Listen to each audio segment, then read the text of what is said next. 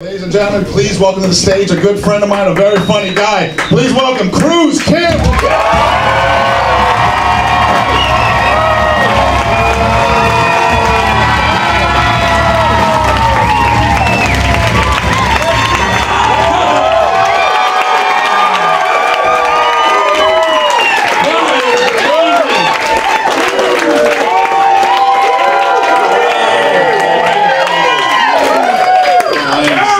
Chub on that. Thanks for coming. I see you got all the Evites. Everyone got the Evite?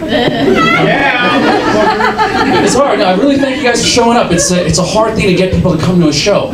And like Tim and I are going out to bars and trying to get random people to show up to pack this place. And not everyone's nice. Not everybody's nice. Like I went up to these Filipino girls. I said, hey, you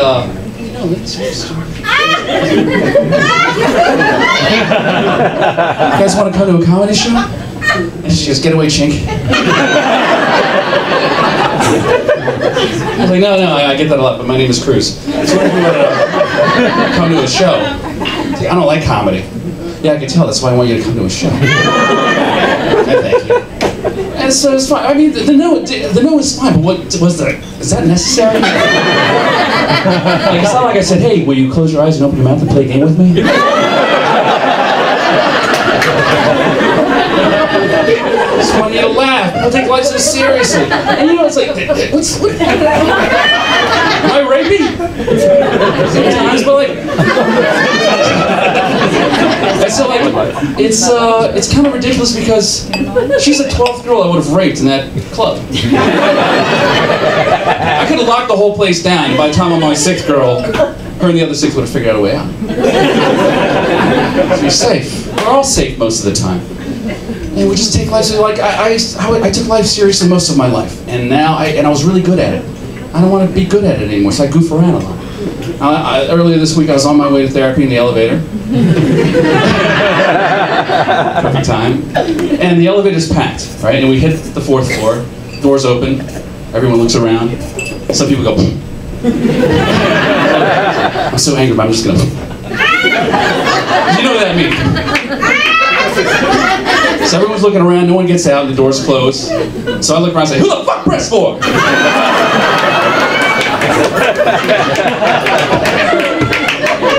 Some people laughed, some people didn't.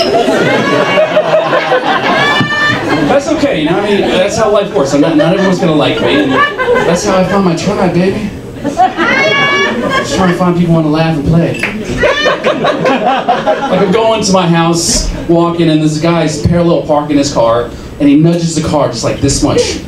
And so I look at the car, I look at him, and he looks at me, and I go,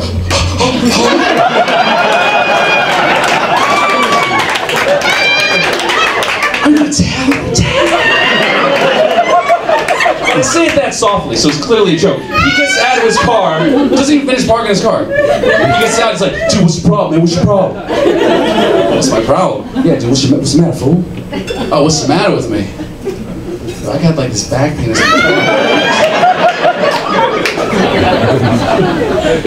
I got this rash on my leg. I forgot to wear a condom again. My daughter might be on meth, and my parents said I might be adopted. You know, I feel good. Thanks for asking, man. No, you're a good guy.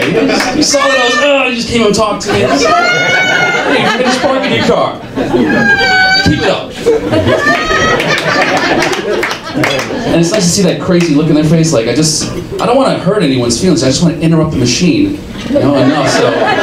So hopefully when it breaks in that wreckage, as they piece it back together, they'll find the funny. It's just a lot of it there. Like even just everyday words that we all collectively agree mean something can mean something else. Meaning is flexible. Like I had a birthday 2 months ago, and one of my friends invited a celebrity, a Spanish soap opera, which I've never heard of. And he shows up, and out of being respectful, I said, hey, it's an honor to have you in my house. Thank you for coming. He said, no. The honor is on mine. So I said, all of it? It's all yours? I don't get it. I started off with an honor, and you just took that away? Clearly the honor is mine. You're famous, you got a beautiful smoking hot wife, you came in that great car, you obviously got a lot of money, but no, that's not enough for you, right? You had to have my honor too. take my uglier girlfriend? Take this kid. I don't know whose kid this is. Take him. So you know what? That makes me better than you. So I guess it is an honor for you to be here. You know, in fact, take all the honor. God, you know, I'm sorry. You were right in the first place. Please, come on in. Bars to the right, that's to the left. Get your asses, son. He didn't like it. He didn't find it funny. But that's okay. I like that embarrassment feeling you get, that little, you did something wrong. And I don't like it a lot, but sometimes I do. I have a craving for it, like, it's just emotions. We can have them whenever we want if we just orchestrate the right atmosphere. And like that humiliation feeling, it's like if you get a chalkboard, you put your nails on it. When you control how fast or how slow or how hard or how slow, you know?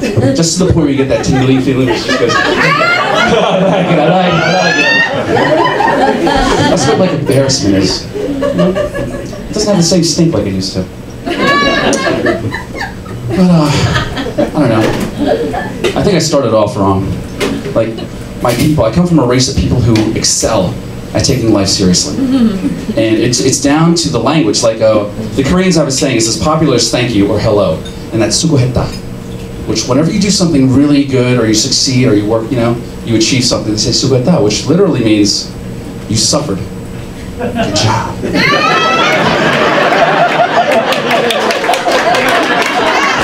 So you have a race of people that equate suffering with like success. So no matter how successful and happy your life is, you're equally suffering. So if you ever meet a native Korean, like, hey Jin, man, your house is looking great. Yeah, it's pretty good.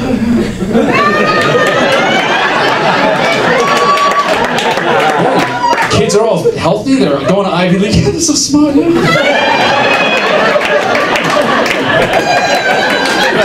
Wife is smoking hot, she still loves you. It's so good, it's so good. It's ambivalence at its finest. And that's imprinted in me. And like my first memory. I don't know if you ever think about your first memory. Like my first memory is me coloring. It's like 3 or 4. And I was a crazy color. I don't know what kind of color was you were. Like, it was like lines, we get lines, oh lines. And I was just kind of crazy nuts. And then I look up, and there's my dad. And he punches me in the eye.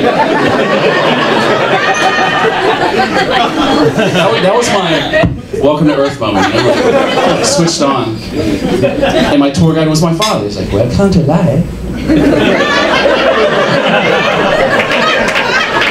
You take it alone, you get a punch in the eye. How do I know what the rules are? That's what the punching is for. Oh, it's fine, I'm fine. But we didn't need, everything was serious. We didn't have time for play or even make-believe. Like, I'm sure a lot of you grew up with the Tooth Fairy. I didn't. I didn't have the Tooth Fairy. I had Tooth Tug of War. I had a cousin the same age. Whenever we had a loose tooth at the same time, Uncle would drive him over. They played Tooth Tug of War. 2 Asian kids, 2 loose teeth, 1 string. My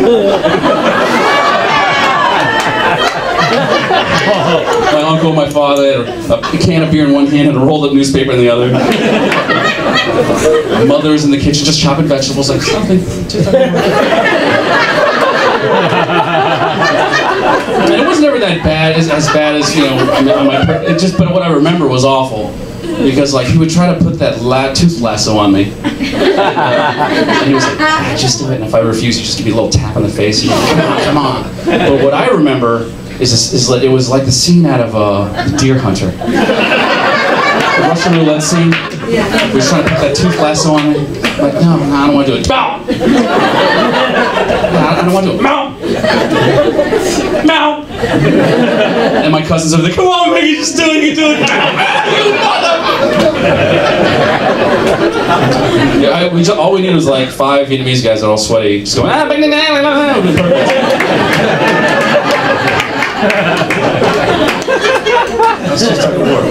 He never did anything crazy for Christmas. I wish he did. Isn't that twisted of me? I wish he did something crazy.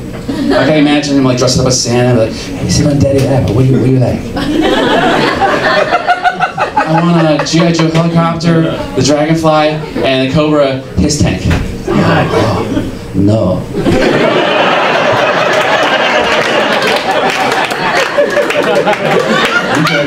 You got to go to sleep.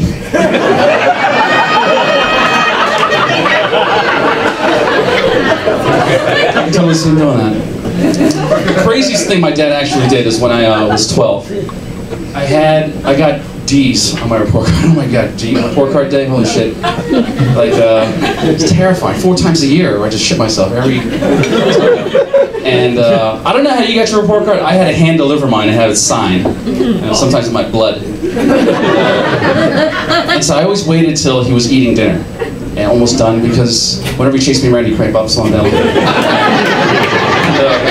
So I'm hiding by the kitchen just waiting, and he's sitting there eating, and he's smoking at the same time. He's never really enjoying himself. It's like, oh, it's really good.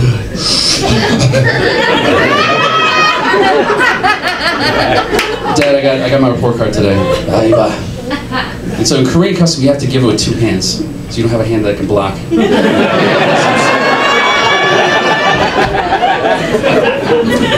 And normally he would just snatch me by the collar and just take me upstairs, you know, when I was like a cat going to the vet. But this time he didn't do anything, and there's nothing scarier than when your parents do nothing. And so he just put a cigarette out, and he says, "Hey, follow me." Where are we going? Just a puddle, Daddy. So we go outside, put my coat on. It's November, it's winter, it's freezing. It's East Coast Maryland weather, and it's dark. There's no lights outside. And so we go outside. He puts down a lawn chair, opens a beer, lights up a cigarette, hands me a shovel. He says, "Dig." What am I digging? Just a dig. So he had me dig a hole for 3 weekends, every Saturday, Sunday. And the 3rd weekend, it was actually a pretty sizable hole. I was kind of impressed. And by the 3rd weekend, I finally had the balls to ask him, like, "Why do I have to dig this hole?" That's a very good question. Very good question for a D student.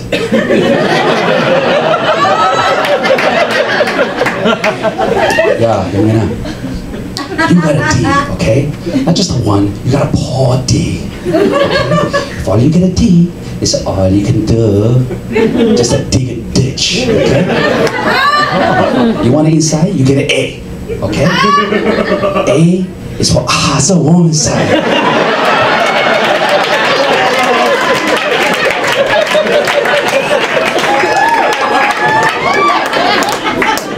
You get a D, okay? So because you're dumb. So all you can do is dig a dirt until you die. So I never got D's after that. I got F's. Fuck him. No one treats me like that. That's a sad realization. You know, I honestly, I sabotage success and happiness with my life. For the large part of my life, as a big middle finger to my dad, saying, like, how you raised me was wrong. You know? And my life is evidence of it. And it's a horrible way to live until you wake up from it. And people would always say, that's all he knew. And for you know, that's one way of looking at it. But another way I see it is that's all he studied. Because there's plenty of other dads who had great relationships with their sons. And you can see him. Just look for the guy who has his arms open and the kids hugging him. My dad would do this now, like in the fighting stance. You could have shouted at other fathers, you know, just ask them, hey, I see you okay, you're very good. My son hates me very much. So it's okay, I ask a question just to watch him? Okay. So, you pray. Oh, you pray with your son. Oh, pray. You talking?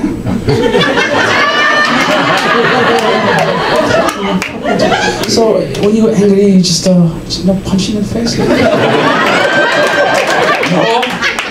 You must have a time out. What's a time out? You knock out, right? Talking, that's all. Just a choke, just a little, no? Don't be so nice again.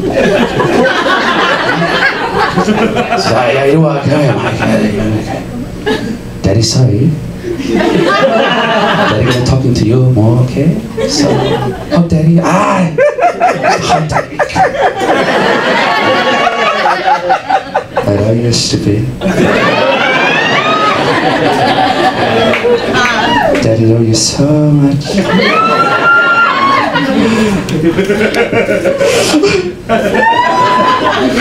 I love you, you stupid, ugly boy. I don't know what to do. You're smart and, pretty good marry you. But if you're handsome and dumb, you marry a rich, ugly girl. You dumb and you're stupid, you're ugly. Let's go dig a ditch. Practice. You know what sucks now is that now that I see things differently, I have to thank him because I love my life. And that sucks. Dad, you're right. Thanks for beating the shit out of me. And he just prepared me, like, for life's hits. No matter how hard life came, nothing hits harder than when your dad hits you with 3. I was totally prepared, like, whatever. Except for one thing, and those are the hits from women.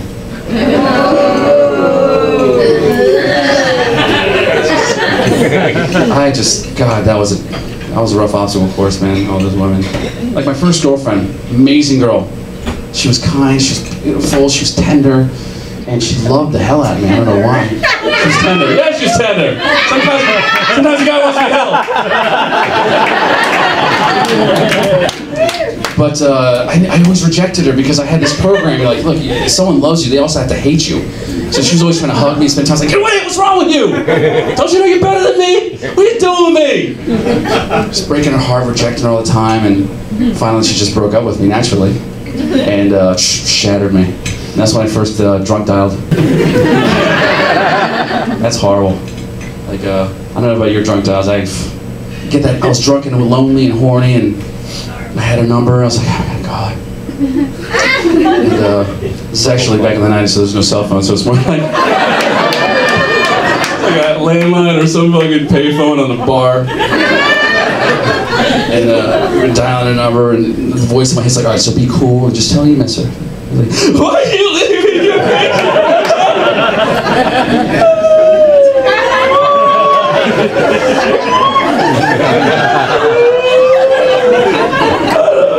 Don't you know I'm dying inside?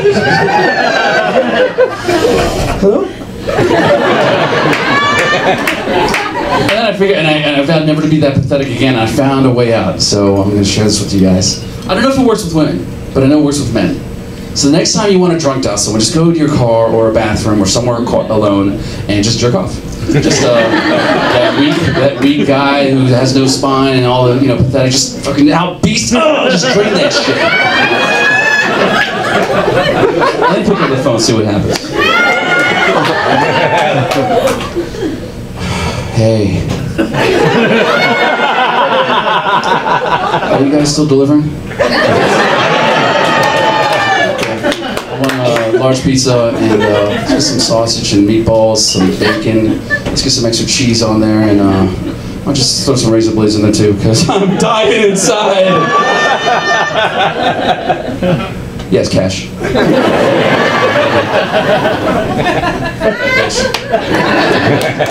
It's not just for you. Okay. So try it, man. It'll work. Keeps your dignity. The next girl, that was an obstacle course. That was crazy. She was really rich. Like, I've never seen anyone with that much money.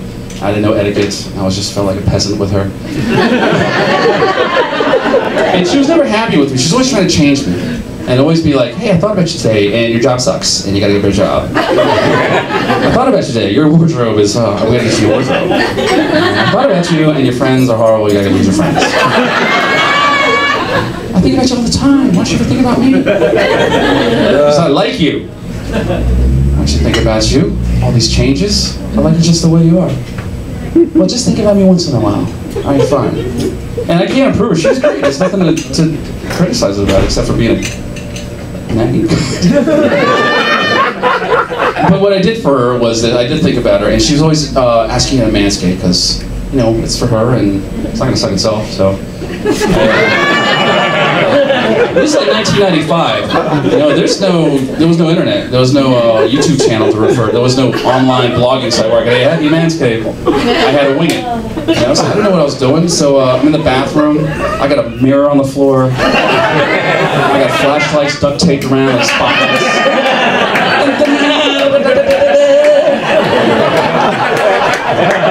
Like naked, I'm just like this. It's the first time I've seen that part of me. That's a shocker. I'm like, that is on my body? What is this? It's like a meteor hit and burned down all the trees. You know, you get most of the hairs. I took out the electric clippers and I got most of them, but then I got those stragglers, you know, you gotta get the scissors. So now, you know, I had the scissors out. Now I'm like a bomb technician now, where I don't want to cross the wrong wire. So I put my head on my ass. I'm like, hey. My legs are all wobbly. I've never been in this position before. Blood's getting in my head. Sweat gets in my eye. Oh God! I just sliced some sack and I'm bleeding at the balls. So now I'm at the sink, you know, just like washing myself. That's when she comes home. What are you doing? Oh, I'm thinking about you. This is for you! I wasn't very impressed. She wasn't impressed with that. I lost her. She never really believed anything I said either. Like, she would always have these conversations, and they would always start with a question to which she already knew the answer.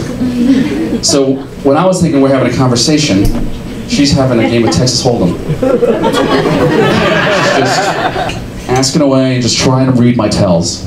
And then when she gathers enough tells, she'll just cash them in for the big hand. That's what happens. Should we pay the cable bill?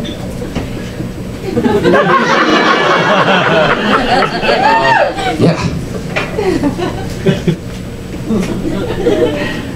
You think that girl's hot over there?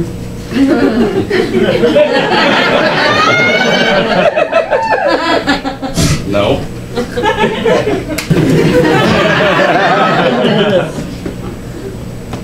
Am I your soulmate?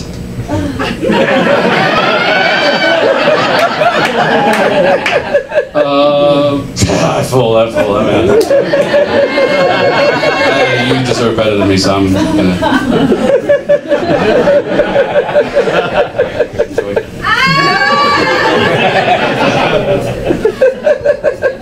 So I got to that one, and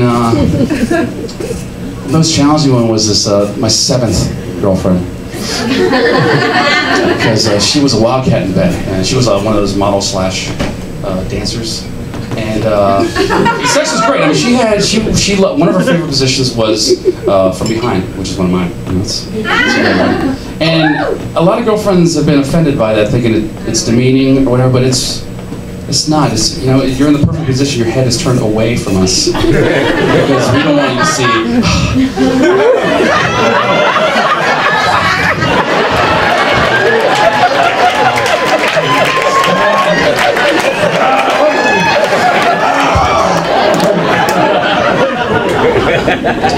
Doggy style is for you.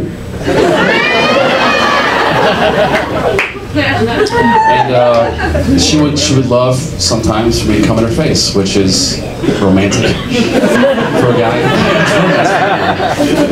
And women think it's demeaning and it's dirty. Look, yeah, it's just that's one way of looking. Another one is this something a desire is physically manifesting on your face.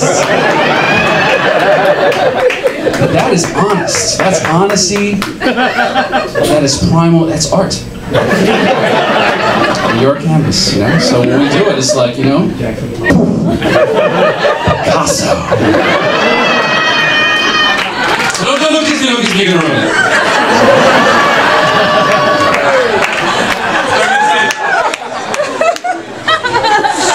We were having this conversation one time, walking back to the car, and she was just telling me about all these guys, like, you know, she's known. Chinese guys are like this, Latin guys are like this, and African guys are like this. Like, how many guys have you been with?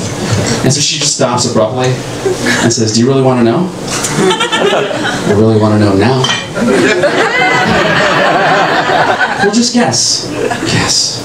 Please, this is not a topic where you leave the consultant to be the man's imagination. Because guessing what's Because even if it's two, I'm not picturing two regular guys. I'm picturing two of the most beautiful, handsome, buff men who are successful than me and who are great, perfect for her, who have beautiful, juicy cocks and just like, this one tastes like gummy bears and they shoot icing. She's just like got a ugly face.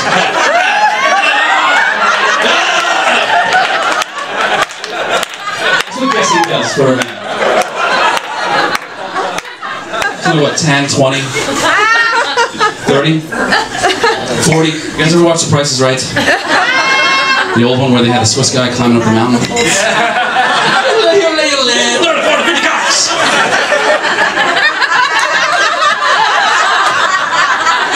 And she says 67. Wow. Did anyone choke on air?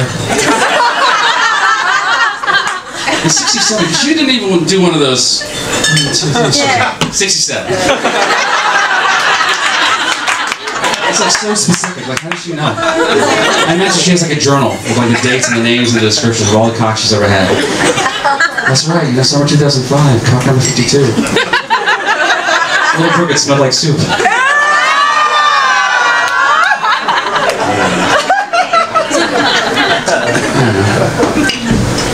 I'm trying to be single now. I haven't had a girlfriend in 2 years. And, last time I broke up with her because I wanted to be happy. Just she was a lot younger and just talked about nothing. Like, you ever ask someone a question and in the middle of them answering your question, you just start thinking, I don't care anymore.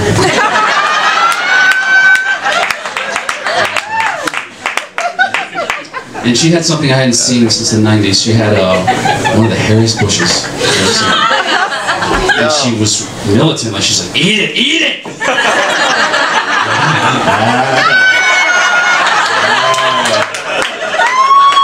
It's so dark. It's like her legs were smooth, but like when she wore underwear, it looked like she was wearing a cup. There's like 5 spiders trying to keep warm. It's like so dark, man. It's like so dense and dark. Like there's no way light got through that thing. It's like a whale's mouth. And imagine if I dig deep enough, I find Pinocchio and Geppetto with both. Save us! Feeling my age and I feel older. I feel it in my body, and it's coming out more when I'm having sex. Like I remember, like you know, I'm at that age, man. And I love it still, but the body's like, just take a breather, just walk it off. Like when I was young, oh man, guys, remember when you were young? Like I would do it standing up, I'd carry him over, I'd do it whatever in every crazy position, like handstand, and you're just developing those muscles, those fuck muscles where you get the calves and your quads, and your ass is just really getting that pelvic arch, just to hit that T-spot perfectly, and, you know, just with that arch in the back where you just this little arch. But something happened, you know. Like 21, I just started getting stationary, just like, and then late 20s, I'm down on my elbows. So, is that good? Yeah. Now it's like I just grind my pelvis on like tranquilized bear.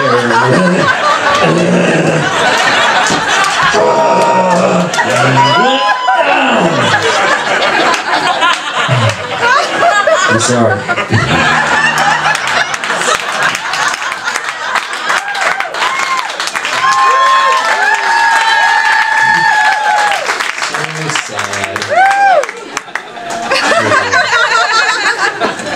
So, I masturbate a lot now.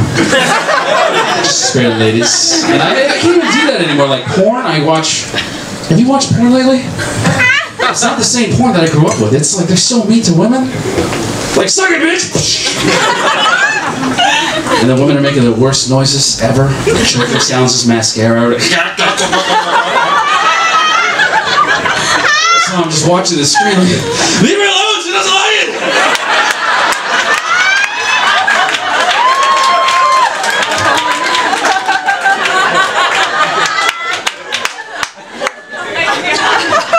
So this is where I am in life.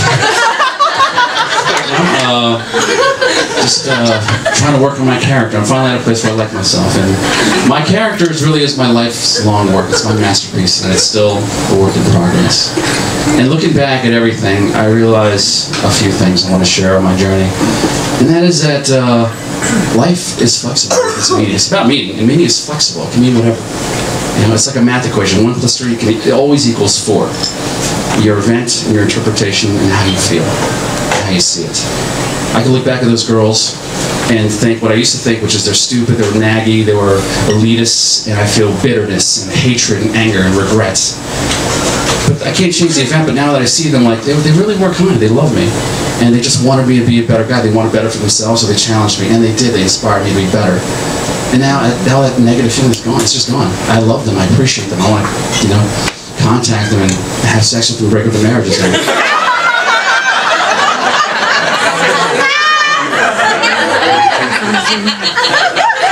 I can look at my dad and say, you know, he was abusive and a horrible guy and a horrible father, hated my guts and hate him and be distant. But now I entertain this thought where the day I was born, I think he looked at me and said, look, my son, I love you more than anything, and I want you to be a great man.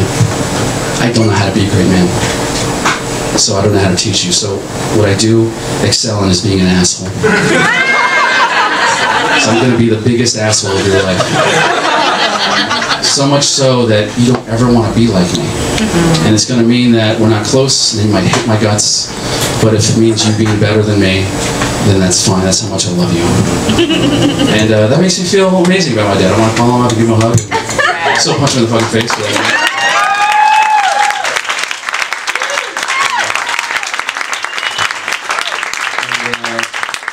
Thank you very much for showing up. It's been my deepest honor.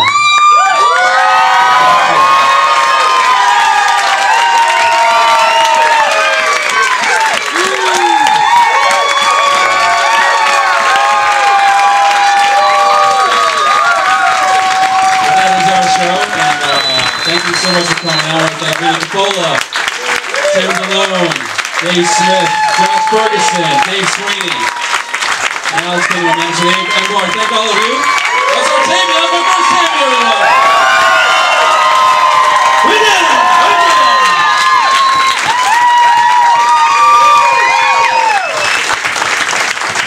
One more time for Cruz, one more time.